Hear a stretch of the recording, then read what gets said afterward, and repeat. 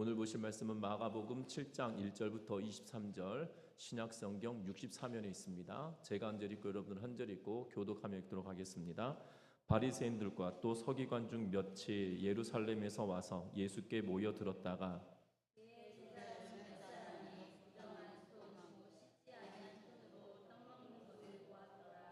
바리새인들과 모든 유대인들은 장로들의 전통을 지키어 손을 잘 씻지 않고서는 음식을 먹지 아니하며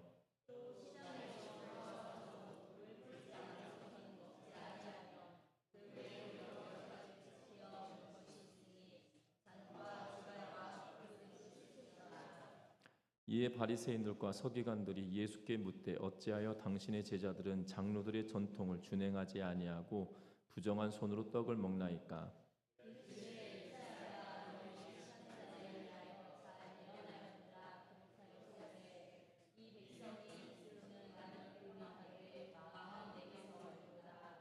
사람의 계명으로 교훈을 삼아 가르치니 나를 헛되이 경배하는도다 하였느니라.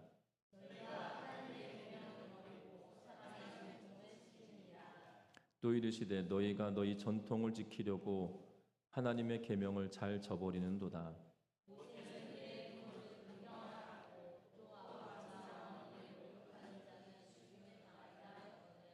너희는 이르되 사람이 아버지에게나 어머니에게나 말하기를 내가 드려 유익하게 할 것이 고르반 곧 하나님께 드림이 되었다고 하기만 하면 그만이라 하고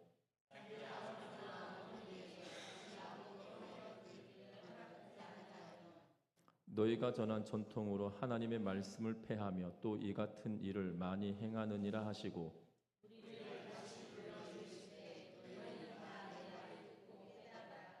무엇이든지 밖에서 사람에게로 들어가는 것은 능히 사람을 더럽게 하지 못하되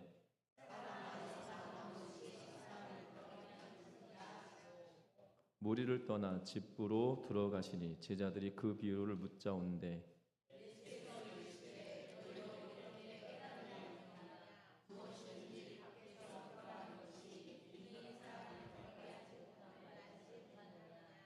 너희는 마음으로 들어가지 아니하고 배로 들어가 뒤로 나감이라 이러므로 모든 음식물을 깨끗하다 하시니라.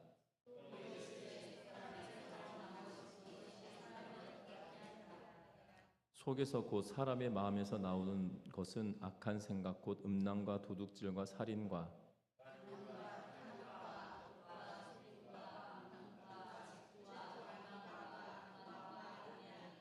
같이 읽습니다. 이 모든 악한 것이 다 속에서 나와서 사람을 더럽게 하느니라. 아멘. 우리 서로 인사 나누고 말씀 나눕니다. 사랑하고 축복합니다. 어떤 중국인과 미국 청년이 대화를 나누는 중 중국 사람이 이렇게 물었습니다. 당신네 미국 사람은 아침에 일어나 제일 먼저 하는 것은 무엇입니까? 라고 질문을 하자 미국 사람은 이렇게 말했습니다. 우리는 수염을 깎고 세수를 합니다. 라고 미국 청년이 대답을 했습니다. 그러자 중국인은 그렇습니까? 우리 중국 사람은 제일 먼저 옷을 입는데요. 라고 하며 서로 웃었다는 이야기가 있습니다. 하루를 살아가고 하루를 생활할 때 먼저 해야 하는 것이 무엇인지 우선순위에 문제가 있는 것 같습니다. 여러분들 아침에 일어나서 가장 먼저 하시는 것은 무슨 일이신가요? 미국 사람은 일어나서 제일 먼저 수염을 깎고 세수한다라는 건데 본인의 생각인 것 같고 본인이 그렇게 한다는 것 같고 중국인 아침에 일어나면 옷을 입는다라고 말하는 것 같습니다. 분명한 것은 여러분들 하루에 시작하면서 어떻게 시작을 하시나요? 분명한 것은 어떤 것을 선택하느냐에 따라 달라지는 것 같습니다. 어느 날 아침은 몸이 찌뿌둥하면 기지개를 켜기도 할 테고 또 아침에 일어나면 기도부터 하는 분도 계실 것이고 어떤 분들은 아침에 일어나서 제일 먼저 하는 일이 각각의 달라지는 그러한 모습을 보게 됩니다. 우선순위를 택하는 것이 어떻게 보면 하루를 시작하는 이 관문을 여는 것과 똑같아서 우리가 무엇을 선택하고 무엇에 집중하느냐에 따라 우리의 삶이 달라지는 그러한 모습을 보게 된다는 거죠. 특별히 오늘 성경 말씀에 보면 예수님께서도 이 우선이 되어야 될 것이 무엇인지에 대하여 명확하고 분명하게 말씀해 주고 있는 그러한 모습을 보게 되어집니다. 영화 곡성이라고 하는 영화 중에 이런 대사가 있습니다. 뭐가 중요한디? 라고 하는 유명한 대사가 있는데요. 뭐가 중요한디가 아니고 무엇이 중요한디 하고는 이 표현인데요. 영화는 보진 않았지만 이게 얼마나 많이 유행이었는지 이 많은 사람들이 무엇이 중요한디 이렇게 하면서 이야기했던 기억이 납니다. 여러분들에게 중요한 것은 무엇입니까? 특별히 오늘 성경의 말씀에 보면 바리새인들이 장로들의 전통을 어긴 제자들을 비난하고 있는 그러한 모습을 보게 되고, 예수님은 사람의 전통을 지키려 하다 보니 하나님의 말씀을 버리게 되었다라고 질책하시며 예수님께서 우선순위에 대하여 다시금 재정립해주고 있는 그러한 모습을 보게 됩니다. 신앙에서 가장 본질적인 것이 무엇인지를 예수님께서 우리에게 말씀해주고 있는 것을 보게 되는데, 저와 여러분들이 이 성경에서 이야기하는 예수님이 말씀하신 이 신앙의 본질이 무엇인지를 찾아보면서 저와 여러분들이 그 본질을 놓지 않고 본질을 지키며 살아가는 우리 전미중앙교회 모든 성도님들 되시기를 주의 이름으로 부탁드립니다. 특별히 오늘 성경 말씀은 이렇습니다. 바리새인들과 또 서기관 중에 몇 사람이 예루살렘으로 옵니다. 예루살렘에서 왔습니다. 예수님께 모여들었습니다. 그 중에 제자들이 손을 씻지 않고 음식을 먹는 것을 보고 부정하다라고 이야기하고 있는 것을 보게 되죠. 오늘 3절 말씀 같이 한번 읽어봅니다. 바리새인들과 모든 유대인들은 장로들의 전통을 지키어 손을 잘 씻지 않고서는 음식을 먹지 아니하며, 오늘 성경의 말씀에 보니까 장로들의 전통을 지켰다라고 이야기하고 있는 그런 모습을 보게 되어집니다. 특별히 부정한 손이라고 하는 표현은 제사를 지낼 때 사용되어졌던 그러한 표현입니다.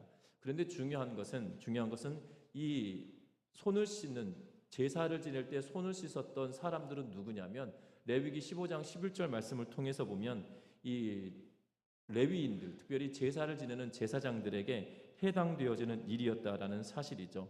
그리고 손을 씻지 않고 이 유출병 있는 사람이, 부정한 자가 손을 씻지 않고 다른 것들을 만지면 되지 않는다라는 의도로 이야기하고 있는 그러한 모습을 보게 됩니다. 특별히 이 레위기 15장 11절은 무엇을 이야기하고 있냐면 성경은 이렇게 말합니다. 유출병이 있는 자가 물로 그의 손을 씻지 아니하고 아무든지 만지면 그 자는 그의 옷을 빨고 물로 몸을 씻을 것이며 저녁까지 부정하리라 라고 이야기합니다. 다시 말하면 당사자인 것이죠. 당사자가 씻지 않고 만지는 것, 또한 그 이외에 다른 본문들은 바로 제사를 지낸 제사장이 손을 씻는 것에 대한 이야기를 하고 있는 그러한 모습을 보게 됩니다. 마가는 이것을 기록하면서 장로들의 전통이다라고 말하고 있는 것을 보게 되죠.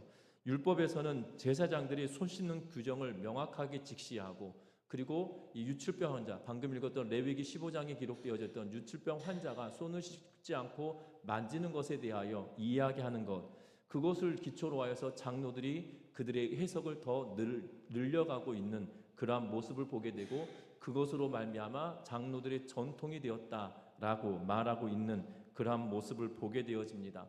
역사적인 상황을 통해서 본다라면 이러한 장로들의 전통이 더욱더 규격화되어지고 견고해지기 시작했던 이유는 다른 데 있는 것이 아니라는 거예요. 여러분들, 북이스라엘이 어느 나라에 멸망했습니까? 아수르에 의하여서 멸망당하였습니다. 그런데 아수르가 펼쳤던 정책이 무엇이냐면 이주 정책이었어요. 다시 말하면 북이스라엘에 있었던 사람들은 다른 나라로 흩어버리고, 그리고 다른 나라에 있었던 사람들을 북이스라엘로 옮겨오는 그러한 일들을 하게 됩니다. 그래서 아수르를 두고 지금까지 세계 최고의 강력한 군사력을 가지고 있었던 나라다라고 이야기하고 있는 이유는 바로 이주 정책을 성공했기 때문이에요. 여러분들, 이주 정책이 생각처럼 쉬운 일이 결단코 아닙니다. 과거라고 해서 쉬운 일이 아니다는 거예요. 여러분들 1차, 2차 세계대전을 겪고 또한 2차 세계대전을 겪으면서 우리나라 이 대한민국 사람, 조선 사람들을 이 일본화 시키려고 애를 썼지만 그게 쉬웠습니까? 되지 않았다라는 사실입니다.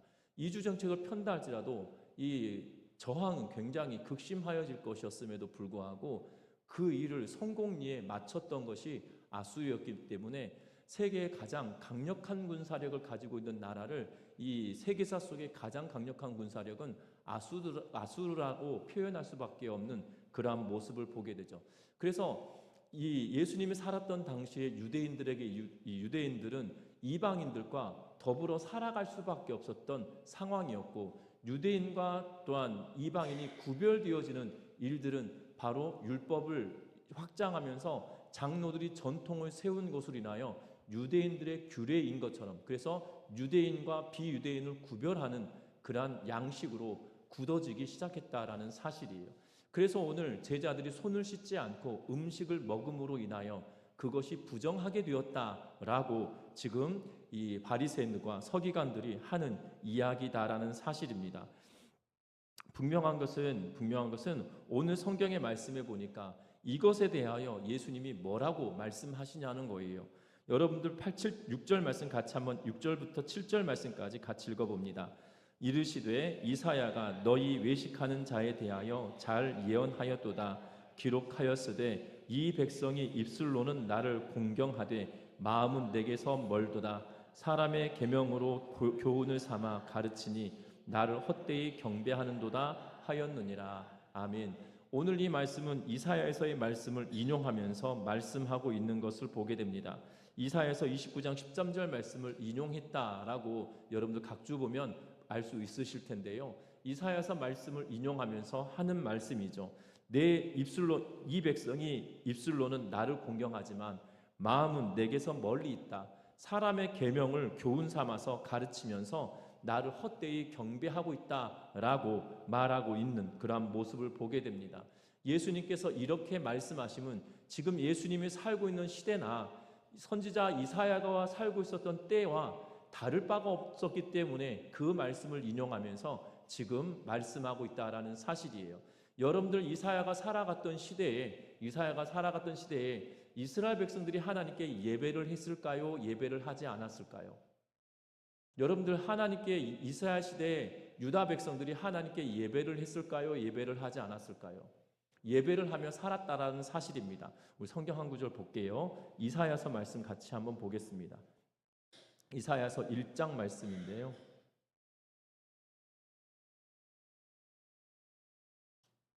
성경 한번 찾아봅니다. 이사야서 1장입니다.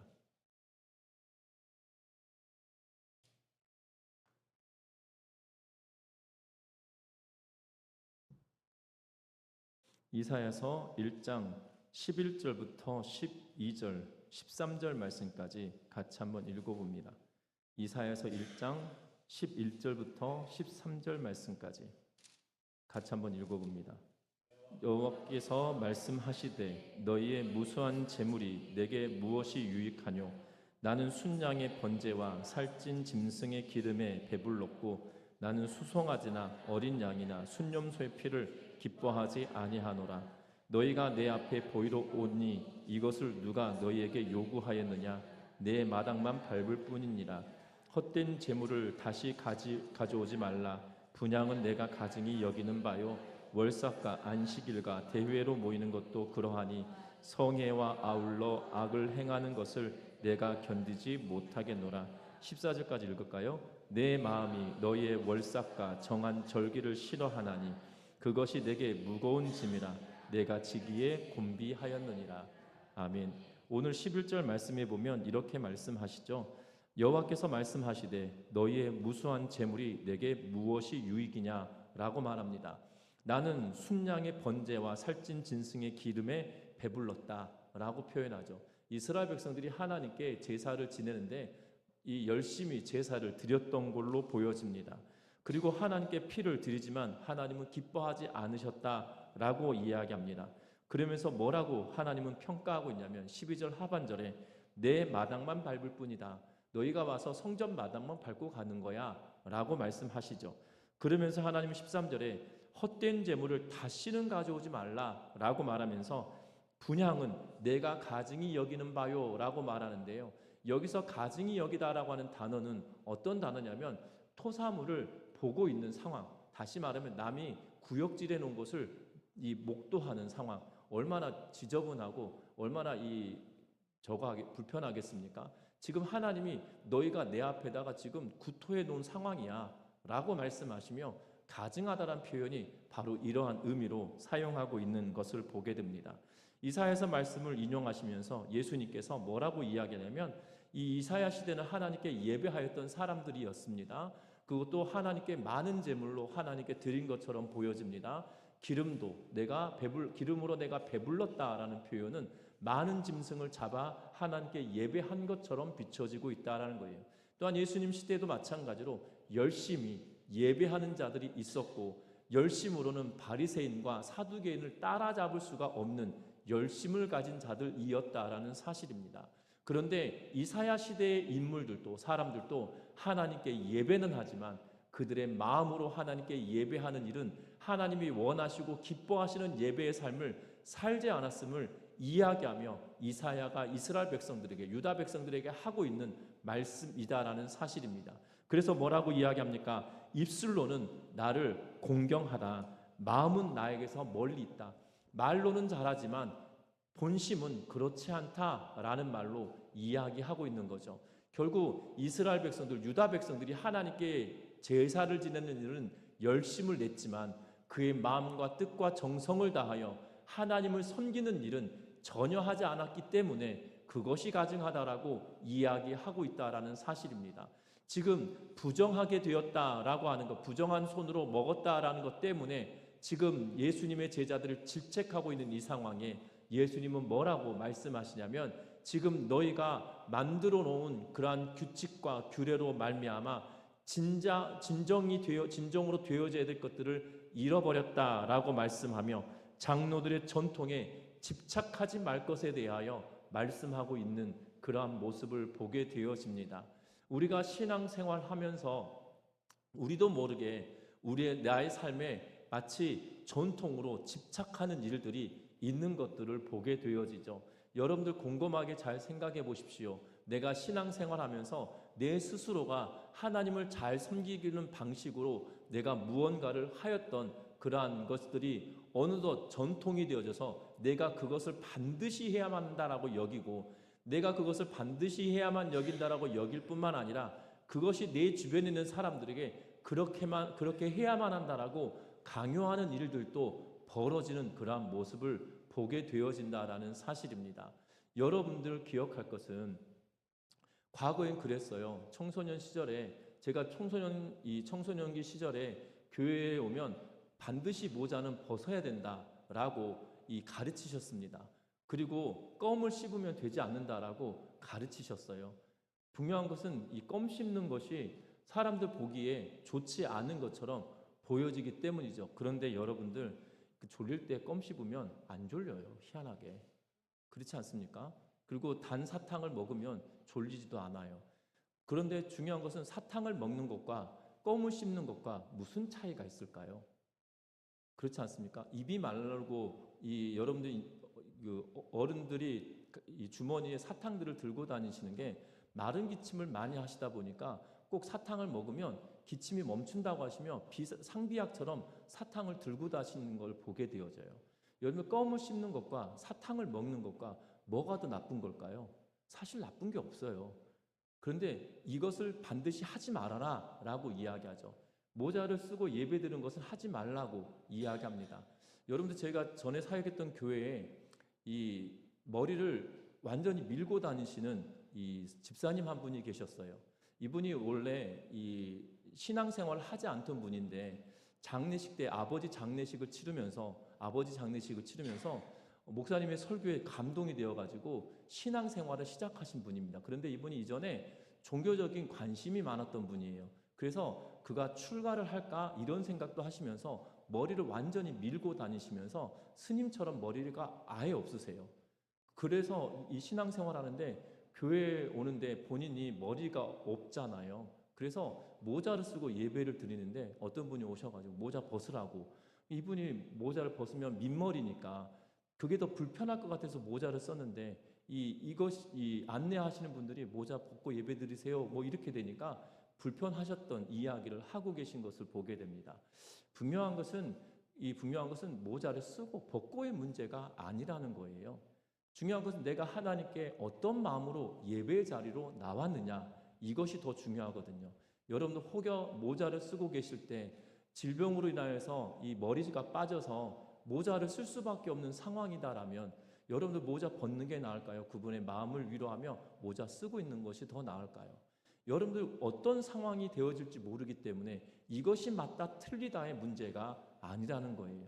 그런데 어느덧 내가 전통 삼아서 이것을 해야만 한다라고 말하며 이것을 해야 돼라고 강요할 때가 있지 않나 우리가 한번 생각해 봐야 된다는 거죠. 중요한 것은 하나님께 예배할 때 내가 전심으로 나아와야 된다라는 사실입니다. 제 중고등부 사역하면서 저희 같이 사역했던 부장 장로님이 학생들이 슬리퍼 신고 오는 거를 막 뭐라 하시는 거예요. 그리고 체육복 입고 오는 것을 엄청 뭐라 하시는 거예요. 벌써 그것이 2005년, 6년, 7년 이때니까요. 벌써 20년 전인데요. 그때 이 부장 장로님이 왜 체육복 입고 왔냐, 왜 슬리퍼 신고 왔냐, 막 뭐라 하시는 거예요. 그런데 여러분들 잘 아셔야 되는 거, 20년 전에 청소년들이 여러분들 체육복이 유행이었어요. 그리고 본인이 가장 좋아하는 옷이, 가장 아끼는 옷이 체육복이에요. 간혹 우리는 삼선 체육복이라고 불려지기도 하거든요. 그게 학생들 입장에서는 굉장히 이렇게 표현하면 어떤지 모르겠지만 뽀대 나는 거였어요. 그리고 슬리퍼도 본인이 가장 아끼는 신발이었던 거예요. 여러분들 예배하러 올 때 이 장로님이 또한 목사님이 설교하실 때 하나님께 예배할 때는 가장 내가 귀하게 여기는 것을 입고 와라 이러니까 본인 나름대로는 완전히 떼 빼고 광내고 온 거거든요. 근데 왜 체육복 입고 왔냐, 왜 슬리퍼 신고 왔냐. 이 삼선 슬리퍼가 유행일 때 그때 입고 폼나게 왔는데 장로님 뭐라 하시니까 장로님 그러지 마세요. 제 지금 완전히 폼내고 왔어요. 떼 빼고 광내고 온 거예요. 개념이 다른 거예요. 그것이 강조되어질 것이 아니거든요. 여러분들 중요한 것은 내 마음을 하나님께 전심으로 드리고 있느냐 그렇지 않느냐 거기가 더 중요한 것이거든요. 여러분들 하나님께 예배할 때 내가 전통 삼아 강요되어지는 일들이 내 스스로가 강요하고 있는 것이 있다라면 하나님의 말씀을 중심으로 바꾸는 은혜가 있으시기를 주의 이름으로 부탁드립니다. 분명한 것은 전통을 집착하게 되어지면 하나님의 말씀의 가치는 점점점 없어지게 되어진다는 거예요. 지금 예수님께서 이사야 선지자의 말씀을 인용하면서 지금 바리새인들과 서기관들을 질타하고 있는 이유는 너희가 하나님께 예배한다라고 말하면서도 하나님께 전심으로 예배하지 않는 이사야 시대와 다를 바가 없지 않냐라고 지금 말씀하고 있는 것을 보게 된다는 겁니다. 뿐만 아닙니다. 예수님은 전통으로 하나님의 말씀을 무시하였던 그러한 예를 이야기하는 것이 9절부터 시작하여서 13절 말씀까지 하나님의 말씀을 전통으로 무시하였던 사건에 대하여 이야기합니다. 그것을 일명 고르반이다라고 불려지는 것인데요. 이 고르반이라고 하는 것은 하나님께 드림이 되었다라고 하면 그만이었다는 겁니다. 먼저는 모세가 이 십계명을 통해서 우리들에게 말씀하시죠. 내 부모를 공경하라라고 이야기합니다. 심지어 모세율법은 내 부모를 아버지나 어머니를 모욕하는 자는 죽임을 당하리라라고까지 말씀하고 있는 그러한 모습을 보게 됩니다. 출애굽기 21장 17절 말씀을 통해서 보면 아버지나 어머니를 모욕하는 자는 죽임을 당해야 된다. 돌로 쳐서 죽여야 된다라고 이야기할 만큼 부모를 공경하는 일에 있어서 굉장히 강하게 말씀하고 있는 것을 보게 되어지죠. 그런데 신약시대 예수님 당시에 어떤 일이 벌어지냐면 장로들의 전통에 의하여서 하나님께 내 모든 것을 바친 드림받았다라고 이거 나는 고르반이다라고 선언을 하면 부모를 공경하고 부모를 모시고 섬기는 일을 하지 않아도 죄가 되지 않는 그러한 일이었어요. 예를 들면 이러한 겁니다. 많은 자산을 가지고 있습니다. 그런데 부모는 어렵습니다. 그런데 많은 자산을 가지고 있는 아들이 부모를 공양하는데 열심을 내지 않은 거예요. 부모님께 드리는 생활비를 드리거나 부모가 필요한 것을 채우는 일이 너무나도 아까운 거예요. 그래서 뭐라고 이야기하냐면 내 재산은 고르반 되었다. 하나님께 드림받았다라고 하면서 부모를 공경하고 부모를 봉양하지 않아도 죄가 되지 않았던 시대였습니다. 그러면서 본인이 쓸 것은 다 쓰면서 하나님께 드림받았어 라고 선언만 하면 되었던 것이에요. 장로들의 전통이 하나님의 말씀을 앞질러서 하나님의 말씀보다 더 위하고 권위 있게 여기던 시대가 바로 예수님의 시대다라는 사실입니다. 여러분들 중요한 것은 전통을 강요하고 전통이 고착화되어지기 시작하면 하나님의 말씀은 온데간데 없어져 버린다는 거예요. 하나님의 말씀이 더 중요한 건가요? 전통이 더 중요한 건가요? 여러분들 중요한 것은 하나님의 말씀이 확실히, 아니 하나님의 말씀은 존귀한 거예요. 그래서 그 하나님의 말씀만을 붙들고 살아내야 됨에도 불구하고 그 말씀이 온데간데없고 재물보다 하나님의 말씀이 가치없게 여겨져서 고르반이다라고만 이야기하면서 자기가 하고자 하는 대로 다 행하며 이 하나님의 말씀을 지키지 않는 일이 당연한 것처럼 여겨지는 시대가 되었다라는 사실입니다. 그래서 12절과 13절에 이렇게 말합니다. 자기 아버지나 어머니에게 다시 아무것도 하여 드리기를 허락하지 아니하여 너희가 전한 전통으로 하나님의 말씀을 폐하며 또 이 같은 일을 많이 행하느니라 라고 하면서 하나님의 말씀을 폐하여 버리고 부모를 공경하라는 말씀이 없인 여겨지며 도리어 전통을 붙들고 살아가는 일들이 되었다라고 말하고 있는 그러한 모습을 보게 되어집니다. 여러분들 기억할 것은 전통에 사로잡혀 그것을 집착하기 시작하면 하나님의 말씀의 가치는 완전히 없어져 버리는 시대를 살게 되어진다라는 것을 기억하는 우리 전미중앙교회 모든 성도님들 되어서 전통이 아니라 하나님의 말씀이 내 삶의 중심이 되어지는 은혜가 있으시기를 주의 이름으로 부탁드립니다. 뿐만 아닙니다. 오늘 성경의 말씀에 보면 20절부터 23절 말씀 같이 한번 읽어봅니다. 20절부터 23절 말씀 같이 읽습니다. 또 이르시되 사람에게서 나오는 그것이 사람을 더럽게 하느니라.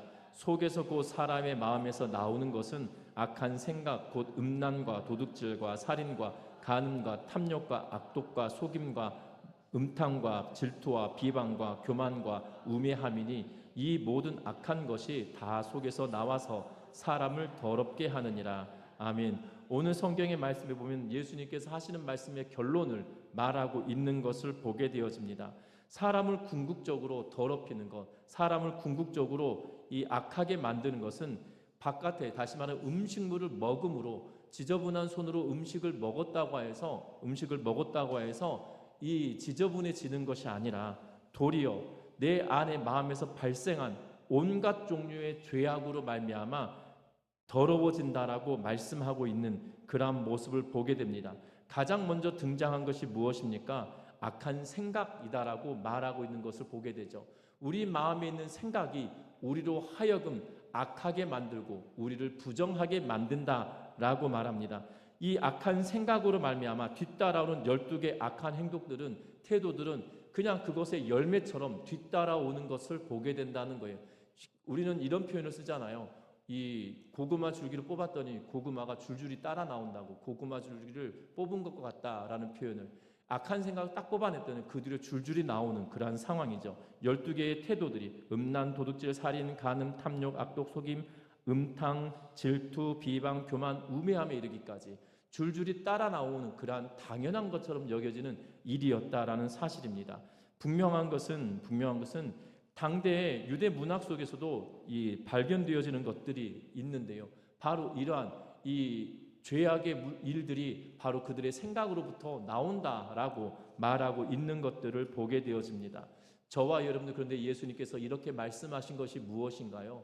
결국 우리의 마음을 다스릴 수 있는 것이 무엇일까요? 우리의 생각을 다스릴 수 있는 것이 무엇일까요?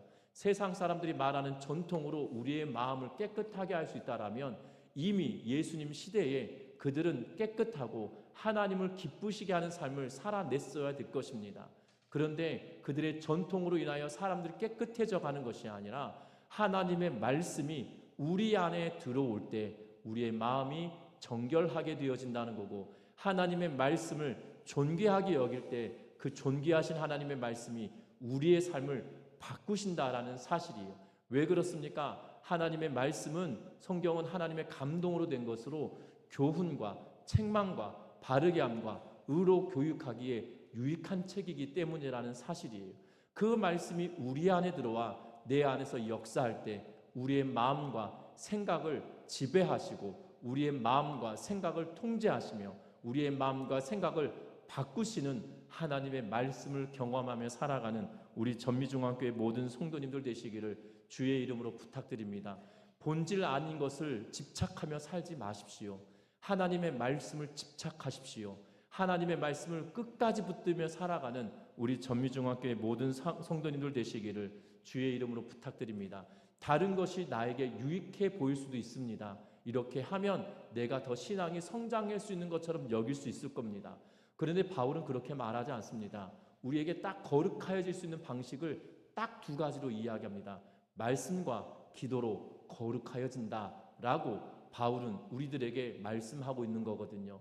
여러분들, 다른 것이, 우리의 전통이, 나의 생활 습관이 나로 하여금 정결하게 만드는 것이 아니라, 거룩하게 만드는 것이 아니라, 하나님의 말씀이 저와 여러분들을 거룩하게 만들고 하나님과 기도의 교제를 나누며 살아가는 것이 우리의 삶을 거룩하게 만든다는 것을 기억하면서 이 두 가지를 붙들고 끝까지 믿음으로 나아감으로 우리의 삶을 변화시키시고 우리의 생각을 변화시키시고 우리의 행동을 바꾸시는 그 하나님의 놀라우신 은혜를 경험하는 우리 전미중학교의 모든 성도님들 되어서 말씀을 집착하는 삶, 기도에 집착하는 삶을 살아내므로 우리의 삶이 거룩하여짐으로 하나님을 기쁘시게 하는 믿음의 삶을 살아가는 우리 모두가 되시기를 주의 이름으로 부탁드립니다. 기도합니다.